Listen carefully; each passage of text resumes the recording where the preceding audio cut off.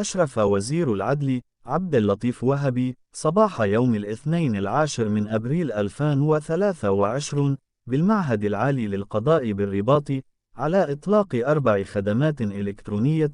تأتي في إطار التوجهات الاستراتيجية للتحول الرقمي لمنظومة العدالة، ومن أجل تيسير ولوج المواطنين والمتقاضين ومهني ومساعد العدالة إلى الخدمات القضائية.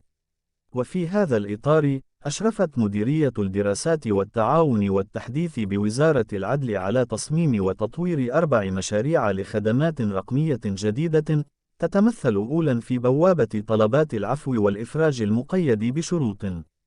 البوابة المذكورة هي نظام رقمي يمكن المستفيد أو من يمثله من إيداع الطلب إلكترونياً وإرفاقه بالوثائق والمعلومات الضرورية، وكذلك من تلقي الطلبات بطريقة رقمية من طرف لجنة العفو والإفراج، ومن توفير قاعدة البيانات خاصة بتدبير الطلبات.